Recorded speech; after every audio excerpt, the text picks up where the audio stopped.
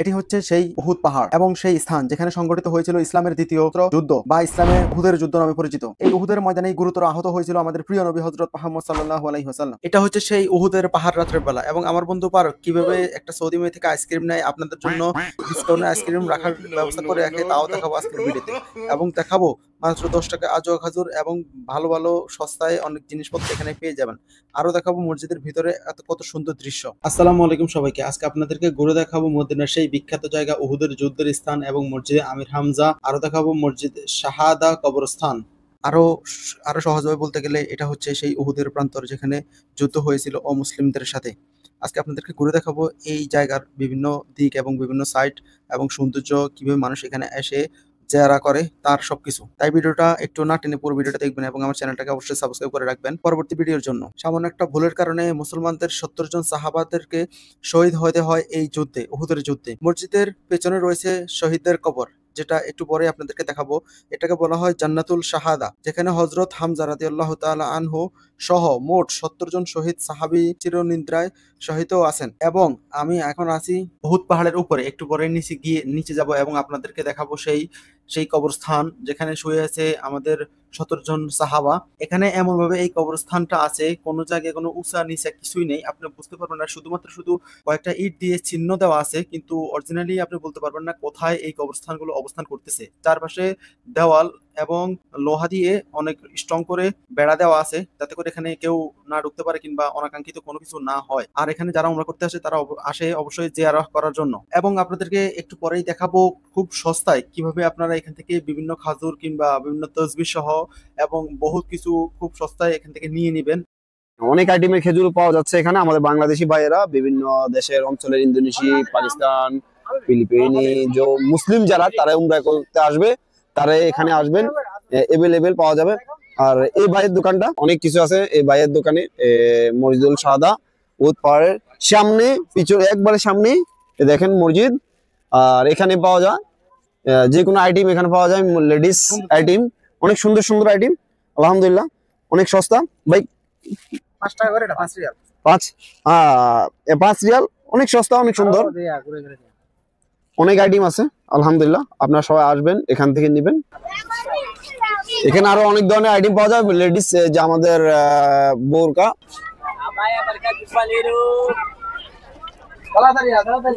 এখানে ফুটপাতের মতো সবকিছু পাওয়া যায় আমাদের বাংলাদেশে, যে ওই যে কি দেখেন প্রাইস মাত্র 3 রিয়াল। দেখা নেন, বাইসা নেন, খুঁজা নেন, 3 রিয়াল। আলহামদুলিল্লাহ। এবং যারা উমরা করতে আসে তারাও এখানে এসে এগুলো নিয়ে যায় আর এই শহীদের কবর জিয়ারত করার জন্য আসে।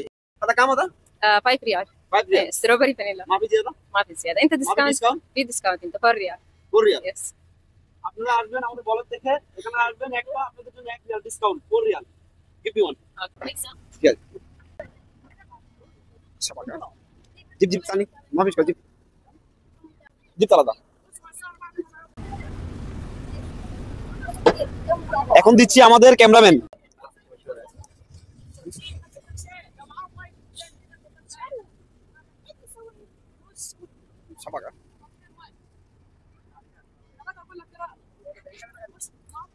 এখন আমি টাকা পে করতেছি ব্যাংক কার্ডের মাধ্যমে।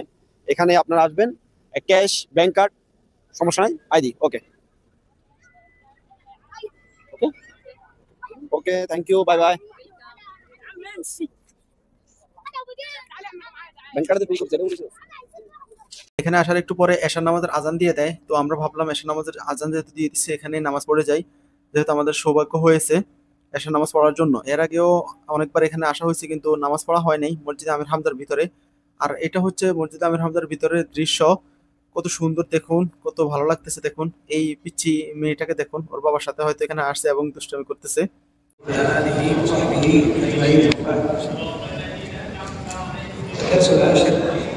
فضل يوم النهر وأحكامه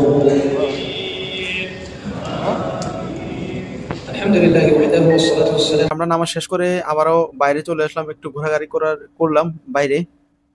দূর থেকে দেখুন মসজিদে আমির হামজা কিভাবে ঝলঝল করে জ্বলতেছে রাত্রের বেলা, এবং উহুদ পাহাড় দেখুন, উহুদ পাহাড়ও জ্বলজ্বল করে জ্বলতেছে। দেখতে খুবই ভালো লাগতেছে এবং আমারও খুব ভালো লাগতেছে ভিডিও করার জন্য। আলহামদুলিল্লাহ ভিডিওগুলা করতে পারতেছি, আপনাদের সাথে শেয়ার করতে পারতেছি। এটাই আমার বড় প্রাপ্তি।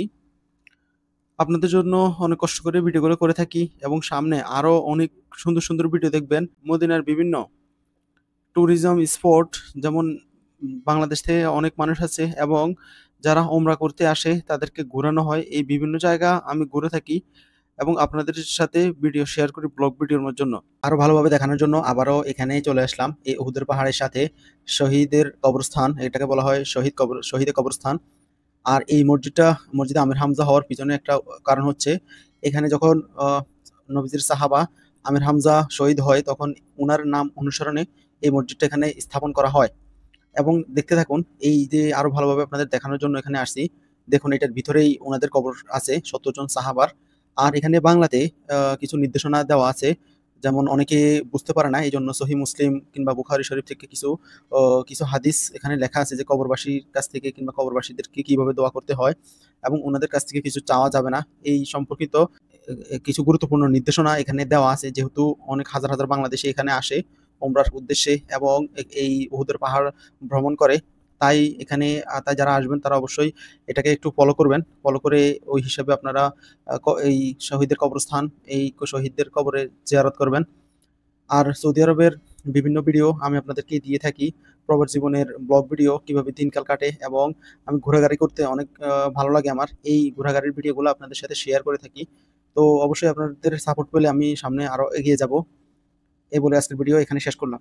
এবং আমি এখন যাইতেছি হচ্ছে উহুদের পাহাড়ের উপরে। এই পাহাড়ের উপরে অনেক মানুষ যায়, এটা খুবই ছোট একটা পাহাড়, এই জন্য যাওয়ার সিস্টেম আছে, যায়, সমস্যা হয় না আর কি। তো পুরো ভিডিওটা দেখার জন্য আপনাকে অবশ্যই অসংখ্য ধন্যবাদ। শেষবারের মতো বলতেছি, অবশ্যই চ্যানেলটাকে সাবস্ক্রাইব করে রাখবেন। সবাইকে ধন্যবাদ। আসসালামু আলাইকুম।